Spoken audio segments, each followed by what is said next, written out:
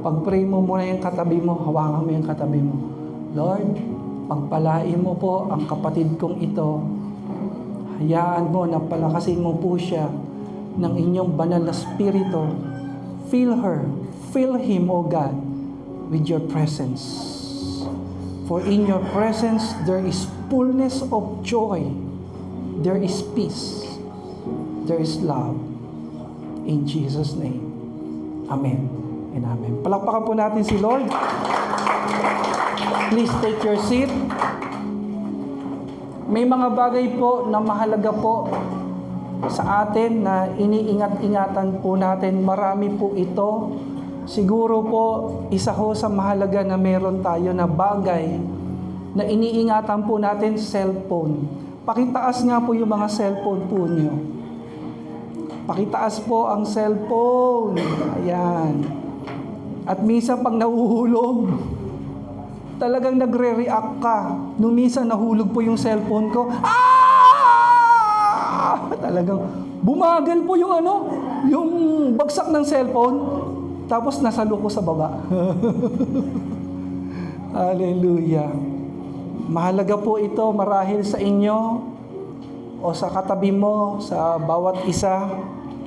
Dahil diyan po tayo nakikipag-communicate sa mga tao na medyo malayo sa atin dahil po sa cellphone. Nakakapag-communicate tayo, parang nagiging malapit sila sa atin. Amen. Pero, huwag niyo pong kakalimutan, yung po mga taong malapit sa atin. Baka naman mamaya, ang layo na ng mga kausap mo, taga-ibang bansa, taga-ibang planeta, pero yung mga tao na kasama mo, dahil sa kadudut-dut mo sa cellphone, hindi mo na napapansin.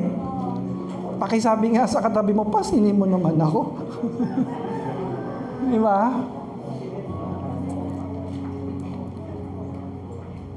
Ginagamit po natin ang cellphone sa online class. Sino po mga estudyante? Tuwan-tuwa po yung mga estudyante nung last Friday, walang pasok. Walang pasok. Pero sa school po ng mga anak ko, may pasok, may online class. Ang sisipag ng aming mga teachers sa Living Lab.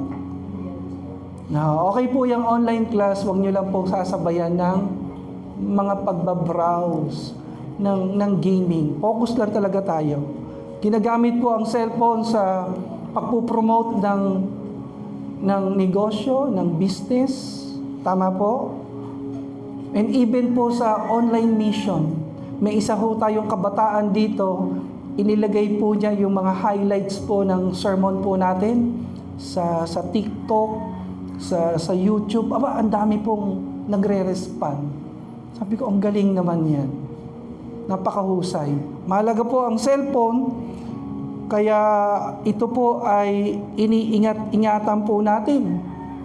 Kahit siguro sa CR, dinadala ho natin. Sino dito kahit sa CR? Dala-dala niya cellphone niya. Hallelujah. Pero ingat po tayo kasi sa isa pong pag-aaral sa Rat Lab, sa 30 days po na exposure sa cellphone, nakakasama po pala ito sa brain cells. Kaya pakisabi nga sa katabi mo, ingat ka lang. Masama po yung natutulog daw po tayo na katabi po natin sa higaan yung cellphone. May radiation yan eh. Okay ka, kung ikaw ay buntis, lalagay mo yung cellphone mo sa tiyan, masama po yan. No, ingat din po tayo. Huwag po tayo masyado din po magbabad sa cellphone kahit yan po ay mahalaga. Dahil yung radiation po niyan, nakaka-epekto po ito sa ating po mga brain cells. Amen! Mas piliin po natin magbabad sa presensya po ng ating Panginoon. Sapagat sa presensya po ng Panginoon, hindi ka lugi, meron diyang kalakasan. Palakpakan po natin ang Panginoon. Kung tayo po ay magbababad sa presence ng Panginoon, sa Holy Spirit, napakabuti niyan sa mind, sa heart, sa soul, sa spirit, and even to our bodies. Nakakapagpalakas po yan, mga kapatid. Pakisabi po, Prince of Preachers. Meron pong Prince of Preachers, ang pangalan po niya si Charles Spurgeon noong 18th century. Pinakita niya po sa atin yung halaga ng Holy Spirit sa buhay po ng mga Kristiyano. Pakisabi po, Holy Spirit. Napakahalaga daw po ng Holy Spirit. Ano pong sabi niya? Without the Spirit of God, we can do nothing. Kung wala ang Holy Spirit sa atin, wala tayo. Mahihirapan po tayo. Hindi ho natin kakayanin mamuhay bilang Kristiyano. Napakahirap. Napakahirap. Without the Holy Spirit, we can do nothing. We are as ships without wind. Para daw tayong bangka, kasi nung araw po, yung mga bangka, dependent po ito sa hangin. Kung wala ang Holy Spirit, para ka daw bangka na walang hangin. Kung walang hangin, paano ka tatakbo? Paano ka tatakbo? Ang sabi po niya, we are like chariots without steeds. Pag sinabing steeds, nakakita na po kayo ng mga chariot. Ito po yung mga ginagamit nung araw sa mga pandigma. Ang steeds po, ito po yung mga kabayong pandigma. Kung wala daw ang Holy Spirit, para kang chariot na lalaban sa gera, sa digmaan, pero walang kabayo. Paano ka aandar? Paano ka tatakbo? Ganon kahalaga ang banal na spirito. Ano pa po sabi niya? We are like branches without sap. Dagta. Pag wala daw Holy Spirit, para daw tayong mga branches, no, tuyo. Walang katas, walang dagta, walang buhay. Ganong kahalaga. Ano pa po sabi niya? We are like branches without sap. We are withered. Malalanta. Like coals without fire. We are useless. Ano po yung coals? Ito po ay uling. Uling ka pero wala kang baga, wala kang apoy. Useless ka. Paano ka makakapagluto? Paano ka makakapag-ihaw? Anong masarap iihaw ngayon? Pusit. Ano pa? Liempo. Wow, sarap, nakakagutom. Pero kung walang baga yan, walang apoy, yung uling na yan, ay, pangit yan. Walang silbi yan. Amen. Ang sabi pa po, we are useless. As an offering without the sacrificial flame, we are unaccepted. Ganon kahalaga ang banal na spirito. Sa modernong illustration, para daw po tayong sports car, yung kulay red, pero walang gasoline. Anong silbi ng sports car kung wala namang gasoline? Paano tatakbo yan? Tama po, ganon kahalaga ang banal na spirito sa buhay po natin. At kung mahalaga po ang banal na spirito sa buhay mo, pwede po ba natin palakpakan ng Panginoon? As we agree in these insights from a man of God.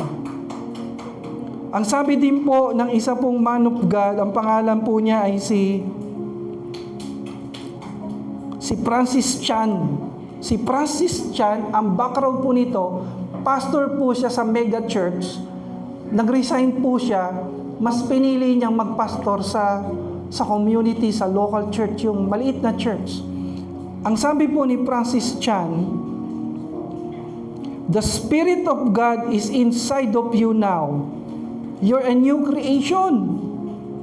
Ang sabi niya, quit living that you are powerless. Alisin mo na daw, kapatid, yung pag-iisip na ikaw ay powerless, ikaw ay useless, ikaw ay unworthy. Alisin mo daw sa isip mo na mahina ka. Hindi ka daw totoong mahina. Dahil nasa iyo ang banal na spirito. Pakihawakan ngayon katabi mo, hindi ka mahina. Malakas ka.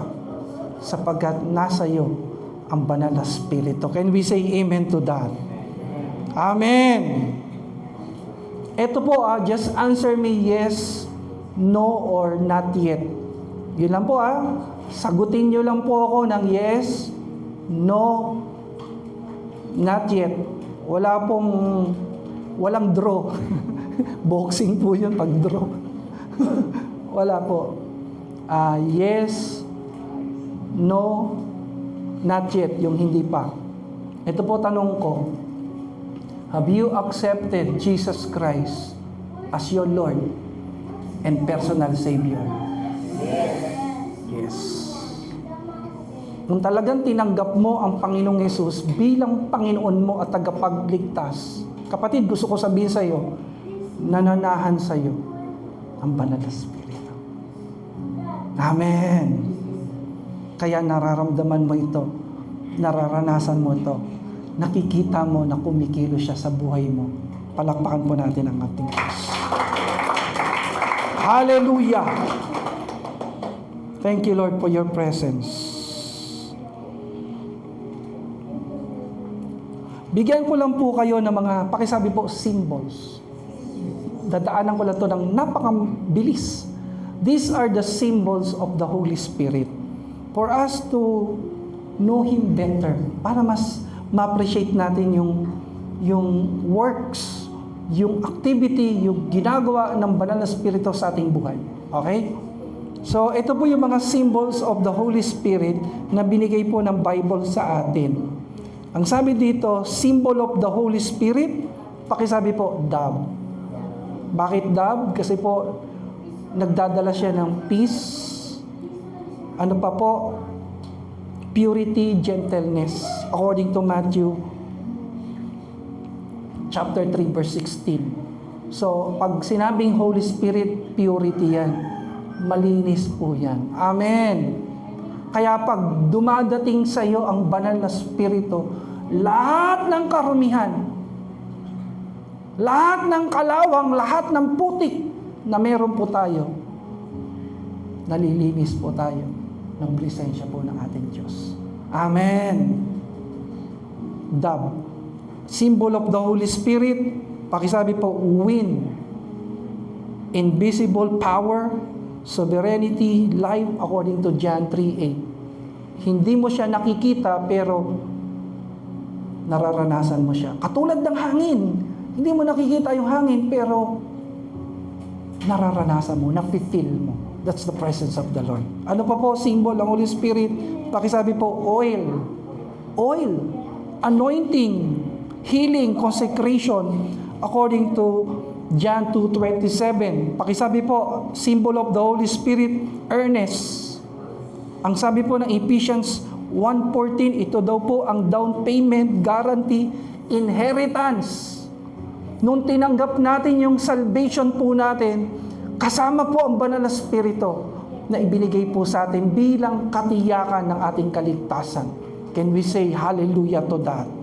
Hallelujah. Symbol of the Holy Spirit. Ito po ang isa sa pinakagusto kong symbol. Pakisabi po, fire. Bakit fire? Kasi ang Holy Spirit, meron po siyang purifying power, passion, according to Acts chapter 2, verse 3 to 4. Ang Banal na Espiritu may kapangyarihan tupukin ang lahat ng bagay na hindi ka lugod-lugod sa Panginoon. Pakisabi nga sa katabi mo na may ngiti sa labi, maghanda ka, tutupukin ng Banal na Espiritu ang lahat ng bagay na hindi tama sa iyo. Amen! Hindi mo siya maalis, hindi mo siya matanggal, hindi mo mabago-bago, but when the Holy Spirit kumilos yan sa buhay mo, makikita mo, talagang tinutupok, nililinis, hinuhugasan kanya. Amen. Praise God. Symbol of the Holy Spirit, pakisabi, seal. Ang ibig sabihin, ownership, security, promise, according to Ephesians 1:13. Ang Banal na Espiritu ay tatak. Kaya gusto ko sabihin sa iyo, sabi ng Bible, kung talagang tinanggap mo ang Panginoon sa buhay mo, may tatak ka. Nakatatak na sa iyo yung Banal na Espiritu. Kung kayo po ay natutuwa dito, pwede ba nang palakpakan natin ang Panginoon? Yung malakas, yung pinakamalakas na may kasama pagpupuri. Hallelujah! Praise the Lord!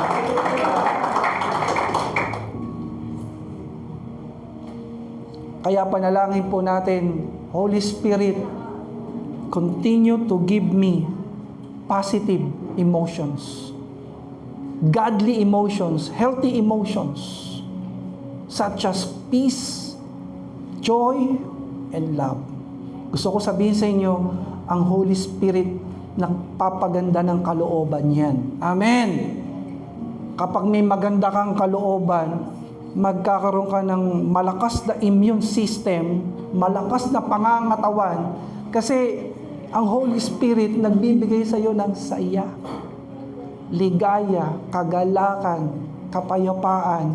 Kapag ang puso mo naghahari sa iyo, Banal na Espiritu, may kapayapaan ka, may pagmamahal, may kagalakan kang nararanasan. Wow! Malakas ka. Amen! Pakisabi sa katabi mo, warning. Ito warning ha, may warning po. Iwasan po natin yung mga negative emotions. Kasi nagkukos po yan ng sakit. Tingnan nyo po saglit. Ano po yung mga negative emotions? Anger weakens your liver. Huwag kang galit. Masama yung lagi kang galit. Pinahihina yung liver mo. Okay?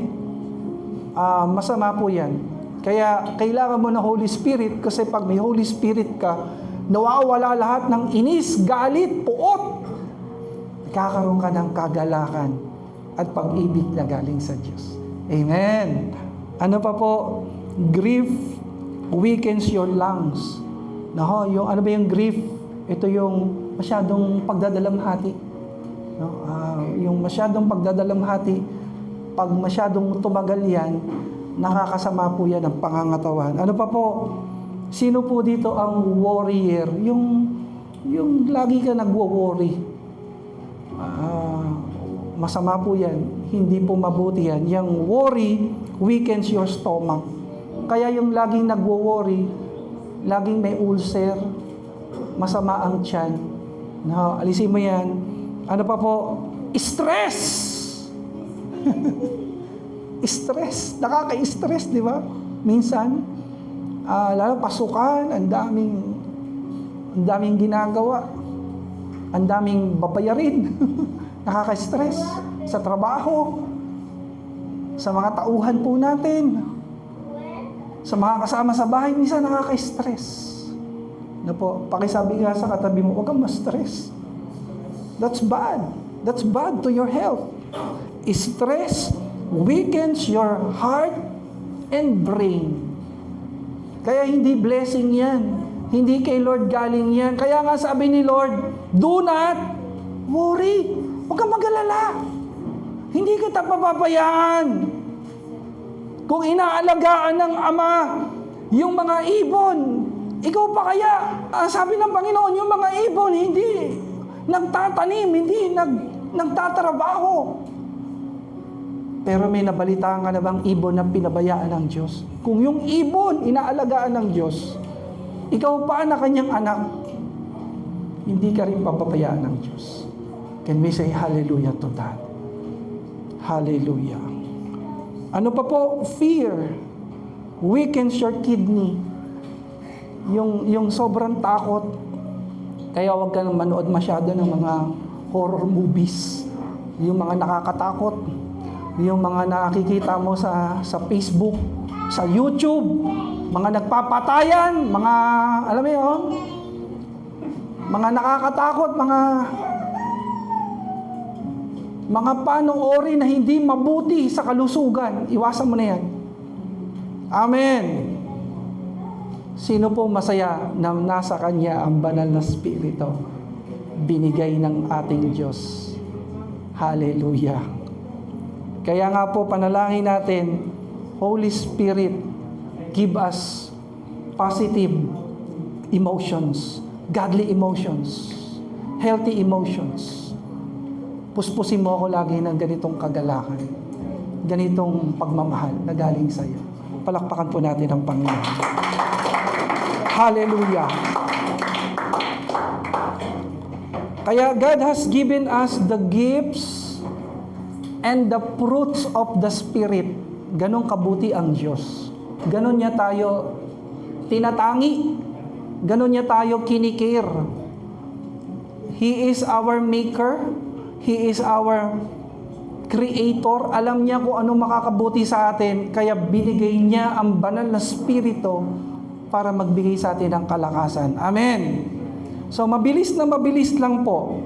According to Galatians 5:22 to 23, 1 Corinthians 12:4 to 11, nandiyan po yung gifts and fruit of the Spirit. Gusto nyo basahin natin ng mabilis lang? So, basahin natin ng sabay-sabay. What are the fruits of the Spirit? Ano po yan? Andiyan po yung love, joy, peace, patience, kindness, goodness, faithfulness, gentleness, self-control. Pastor, 9 lang ba yan? Marami po yan.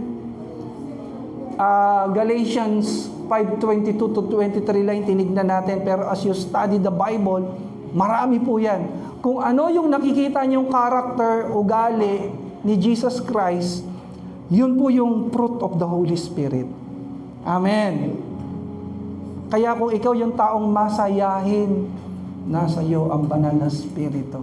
Kung ikaw yung tao na may kapayapaan sa gitna ng storms, nasa iyo ang banal na Espiritu. Kung nasa iyo yung self-control, sino dito ang haba ng pasensya? Yung self-control, talaga may self-control ka. You have the Holy Spirit. Amen. And if you have the Holy Spirit, palakpakan mo ng malakas ang Panginoon para patuloy puspusin ka ng kanyang presensya. Hallelujah! Praise the Lord! Dahil pag nagpupuri tayo, bumababa sa atin ang presence ni Lord. Amen. Ano pa po yung gifts of the Holy Spirit? 9 gifts of the Holy Spirit according to 1 Corinthians 12:4 to 11. Basahin natin na mabilis. Wisdom, knowledge, faith, healing, miraculous powers, prophecy, distinguishing between spirits, speaking in tongues, interpretation of tongues. Yan lang po ba, Pastor, yung mga gifts of the Holy Spirit? Marami pa po yan. If you study the whole Bible, makikita po natin yan. Amen. Now, ang tanong po, andin po ba yung fruit of the Holy Spirit yung nakikita sa iyo dito? Tanungin mo yung katabi mo, anong fruit of the Holy Spirit meron ka dyan? O baka mamaya kanina nalaglagan ka ng bunga. Nung bata po ako, naririnig ko yung mga matatandang Kristiyano, nalaglagan na naman ako ng bunga ng Espiritu. Hinahanap ko sa lupa kung nasaan yung fruit. Wala akong makita. Yun ho pala, nagalit, nanikmat. Kaya ang sabi, nalaglagan daw siya ng bunga ng Espiritu. Amen. Tingnan mo yung katabi mo, baka mamaya nalaglagan din, ha? I-discern mo, gamitin mo yung discerning spirit. Hallelujah. Palakpakan po natin ang Panginoon. Hallelujah! Kapag malaglagan ka ng bunga, magpakumbaba ka lang kay Lord at mag-activate ulit sa iyo yung fruit of the Spirit. Ganun lang po yun. Amen. So, sa gifts of the Holy Spirit, alin yung pinakagusto mo dyan? Paborito po ng marami ang speaking of tongue, paborito po ng marami yung interpretation, paborito po ng marami ang healing, yung miraculous powers, yung prophecy. Ipag-pray nyo kung anong ibigay sa inyo ng Lord dyan. May mga nagsasabi na wala na daw po yung gifts of the Holy Spirit.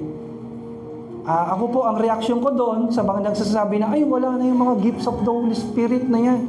Naglaho na yan. Ang reaksyon ko po doon, mas magaling ka pa sa Bible. Ang Bible po, sinasabi na meron pa. Wala ho tayong right sabihin na wala na yung mga gifts of the Holy Spirit na yan. The gifts of the Holy Spirit ay ibinigay po ng ating Panginoon for the edification of the church, para palakasin yung church. Maybe, after the rapture, magkakaroon po ng glorification of the church. Mag-glorify po tayo. Kukunin tayo ng Panginoon. Sa tingin ko po, doon po mag-e-exist. Sa tingin ko po, doon po mawawala yung po mga spiritual gifts. Amen. Kasi nasa heaven ka na, magpapagaling ka pa. Nasa heaven na, magpaprophesy ka pa. Doon ko po tinitignan na maglalaho din yan. Amen. Pero hanggat nandito pa tayo, nakakaramdam pa tayo ng panghihina, nakakaramdam pa rin tayo ng panlalamig, nalulugmok pa rin tayo, ang church ay existing pa rin, nakikipaglaban pa rin sa gawa ng kaaway, kailangan pa rin yung mga gifts of the Holy Spirit na yan. Amen. Ang isang bagay po na na-realize ko, mga kapatid, nung bata pa po ako na Kristiyano, gustong-gusto ko yung mga gifts of the Holy Spirit. Gustong-gusto ko po yan. Pero, nung nag-grow na po ako sa Panginoon, mas pinagpe-pray ko po yung fruits of the Holy Spirit. Pag tinanong po ako, ano ba mahalaga, Pastor, ang fruits of the Holy Spirit o gifts of the Holy Spirit? Sa tingin ko, pares mahalaga. Pero as you grow in the Lord, mas i-desire mo, kapatid, yung fruits of the Holy Spirit. Let me just give you 2 verses lang, mabilis na mabilis lang. Tingnan niyo po.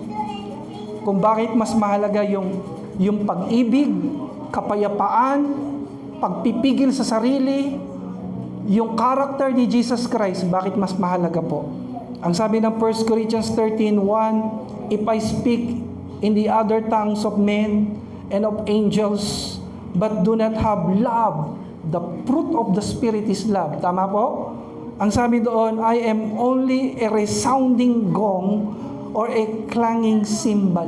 Sabi niya, useless ako. Para lang akong cymbal na napakaingay. Ganun po kahalaga yung fruit of the Spirit. Ano pa po sabi ng Matthew 7:22-23? Tingnan niyo po. Basahin po natin. Lakasan po natin. Many will say to me on that day, Lord, Lord, did we not prophesy? Ano yung prophesy?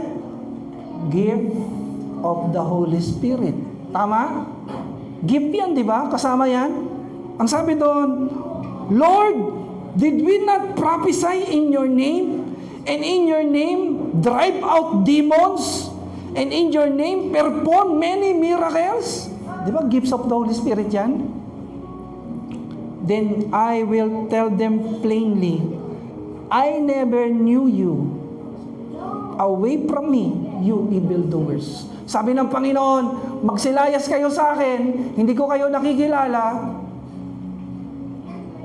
Lumayas kayo, kayong mga mapaggawa ng masama. Makikita niyo po, pwede yung isang tao may gifts of the Holy Spirit, pero masama ang pag-uugali, masama ang buhay. Pero yung tao po na may fruit of the Holy Spirit, wow. Yan po yung hindi po mamamatay, hindi maglalaho. Hanggang sa langit po, pwede po mag-exist po yan. Amen. Hanggang sa langit, may kapayapaan ka, may kagalakan ka, may pag-ibig ka. At para sa akin, para lang sa akin ewan ko kung para sa inyo, mas mahalaga sa akin yung fruits of the Holy Spirit. Amen! Pero hindi po masama na may gifts of the Holy Spirit ka. As long as mas pinapahalagahan mo yung pag-ibig, yung kapayapaan, yung presensya ng Diyos. Palakpakan po natin ang Panginoon.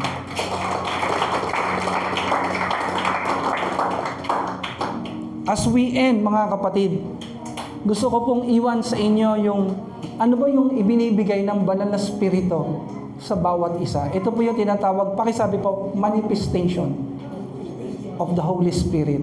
Kasi tinanggap mo na ang Panginoon, nagahari sa iyo ang banal na spirito. Ito po yung mga bagay na meron ka ngayon. Pakisigaw po, transformation.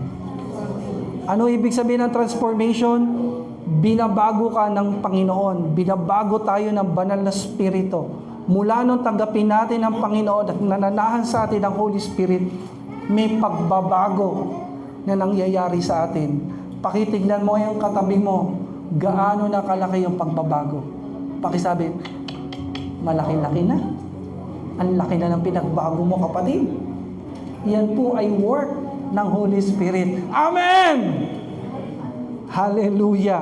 2 Corinthians 3:18, we are being transformed into His image with ever-increasing glory, which comes from the Lord, who is the Spirit.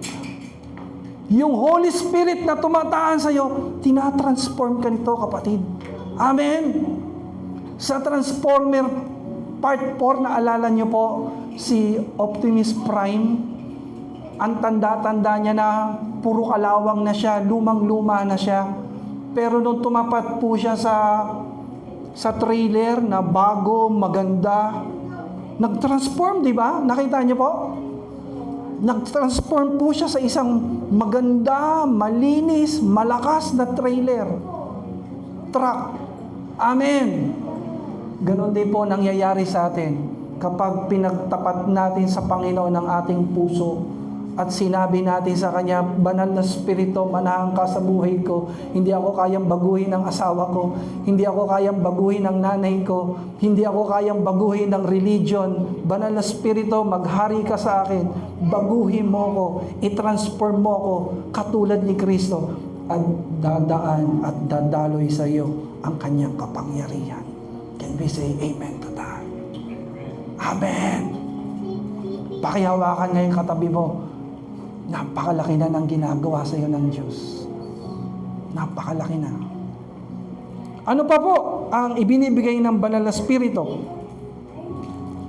Pakisabi po, commitment. Ito po, pag talagang puspos ka ng Holy Spirit, may commitment ka. Sa Acts 2:46, makikita nyo, sabi ho doon, every day they continued to meet together in the temple courts, breaking bread in their homes, and eating together with glad and sincere hearts. Mga kapatid, ang sabi doon, every day they continued to meet together. Grabing commitment.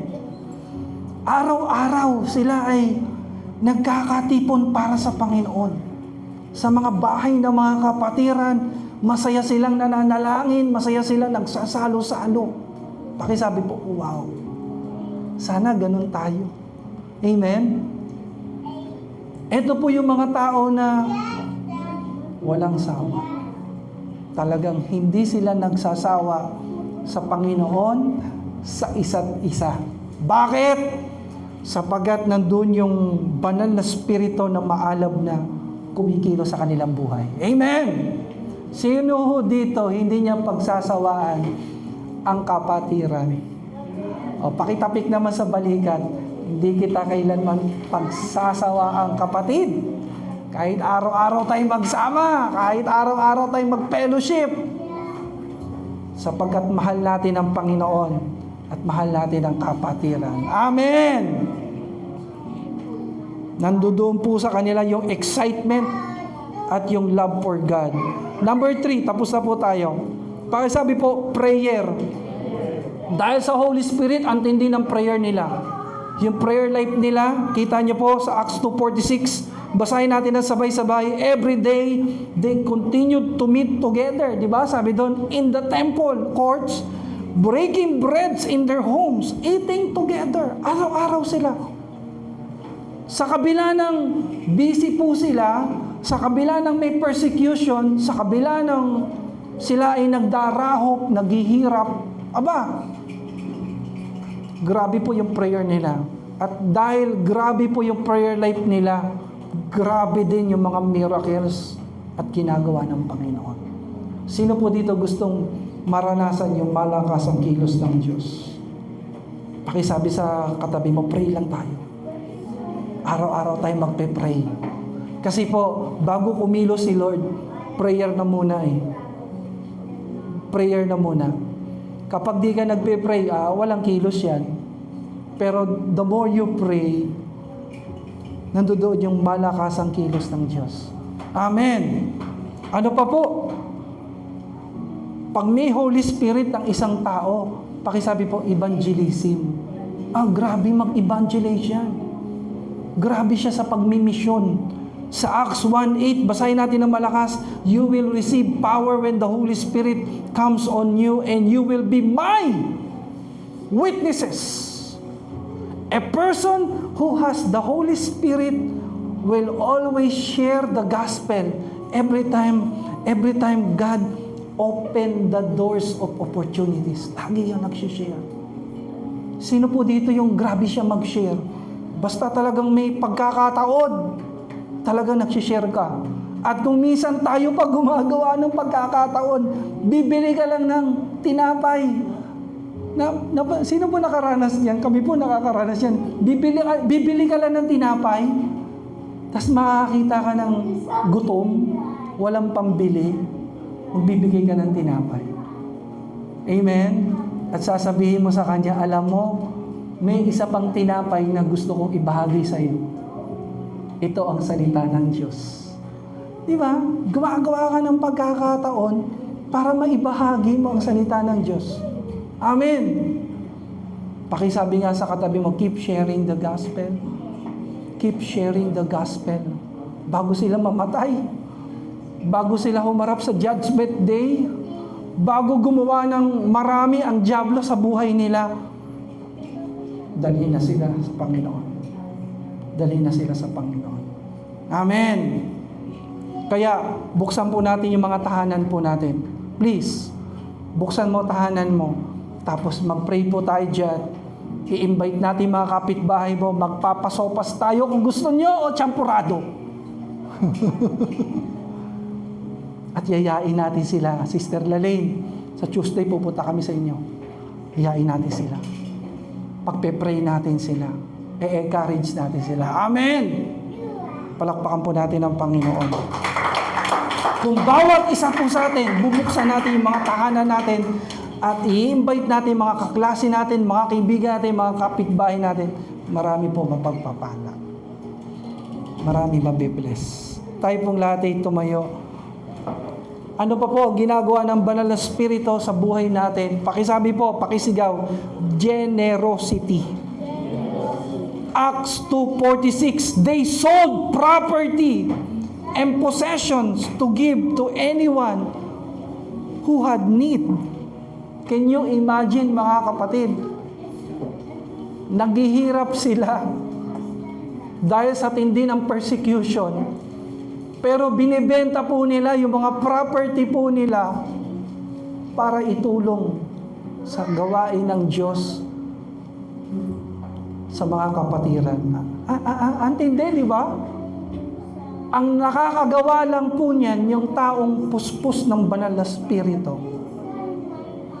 Hallelujah. Pastor, possible po ba yan na mangyari sa panahon natin ngayon?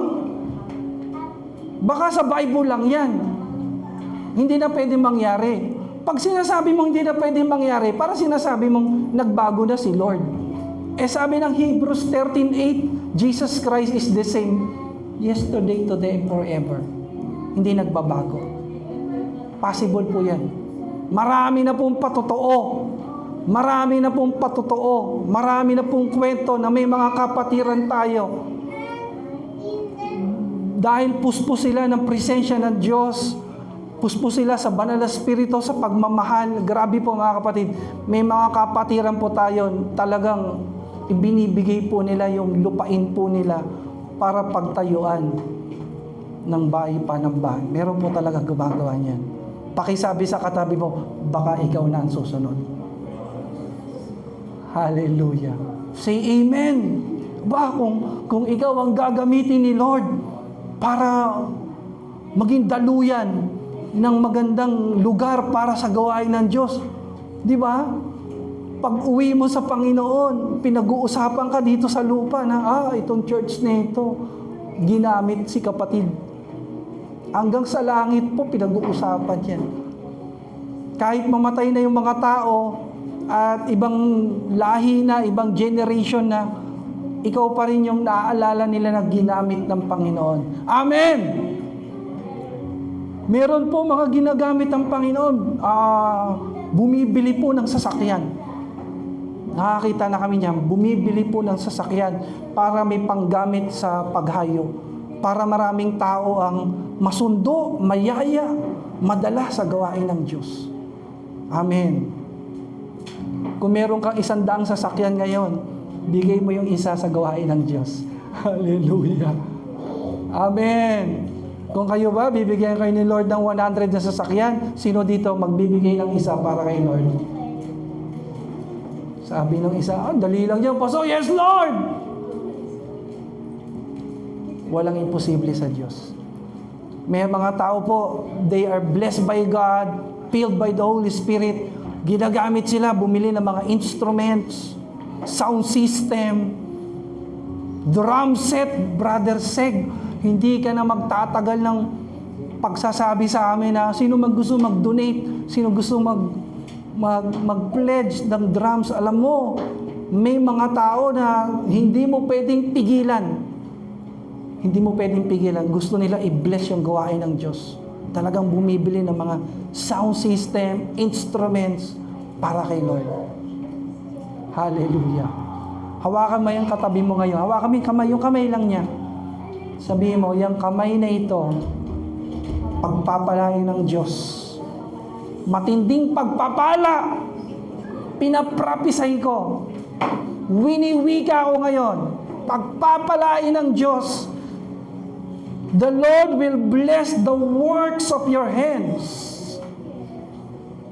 for you to be a blessing, for you to be a vessel of His blessing. Pagpapalain ka ng Diyos para maging daluyan ng kanyang pagpapala. Ang kinin mo yan, kapatid, I claim it. I claim it, Lord. Bless me and make me a blessing. Palakpakan natin si Lord. Hallelujah! Ito po pinakalas. Yung tao na may banal na spirito, meron po yung banal na takot sa Diyos. Yan po yung grabe yung respect ko sa mga tao na ganyan. Yung may mataas siya na respect, may mataas na takot sa Diyos. Holy fear yan. Sa Acts 9:31, makikita mo na dahil sa banal na spirito, nagkaroon sila ng banal na takot sa Diyos. Sino po dito yung may banal na takot sa Diyos? Proverbs 1:7, the fear of the Lord is the beginning of wisdom. Marami pong kabataan ngayon, wala nang respeto sa magulang, wala ding respeto sa church, walang respeto sa gawain ng Diyos. Pero ibang-iba yung mga kabataan na may takot sa Diyos na pinalaki po natin sa mga salita ng Diyos. Amen. Iba po. Ang sabi po ng Acts 9:31, when this became known to the Jews and Greeks living in Ephesus, they were all seized with fear. Pakisabi po, holy fear. Hindi po ito yung ungodly fear, kundi ito yung banal na takot, yung matinding respeto sa Diyos. And the name of the Lord Jesus was held in a high honor. Ano po ba yung nabalitaan nila? Pakisabi po, news. Ano po yung nabalitaan nila para mag-cause ng matinding takot sa mga taong ito? As you study Acts chapter 9, meron po diyang pinarusahan ng Panginoon. Si Sapphira at saka si Aquila, pinatay po sila ng banal na spirito dahil sa kanilang pagsisinungaling. Nagsisinungaling sila. Pinatay po sila ng banal na spirito. At nung nakita ng mga tao na namatay dahil sa pagsisinungaling, nagkaroon sila ng banal na takot. Pero yung banal na takot na yung healthy po yun. Godly po yun. Dahil sa banal na takot nila sa Diyos, nire-respeto na nila yung gawain ng Diyos, yung Word of God, yung Man of God, yung gawain ng Diyos. Lalo silang pinagpala ng Diyos ng karunungan at marami pang tagumpay dahil sa banal na takot na kanilang naranasan. Kaya mga kapatid, kung may banal na takot ka sa Diyos, ipagpasalamat mo yan sa Panginoon kasi yan yung nagpipigil sa iyo na gumawa ng masama, gumawa ng kasalanan. Amen. Sino po ang mga tatay dito? Taas nga ang kamay ng mga tatay. Huwag ka muna magtaas, Russell. O, hindi ka pa tatay. Sa susunod ka na. Taas nga ang kamay ng mga tatay. Ang mga tatay po natin, grabe yung banal na takot nila sa Diyos. Proud po tayo sa kanila. Sila yung mga tatay na tapat, honest, loyal, dahil may banal sila na takot sa Diyos. Palakpakan po natin ang Panginoon sa buhay ng mga tatay natin.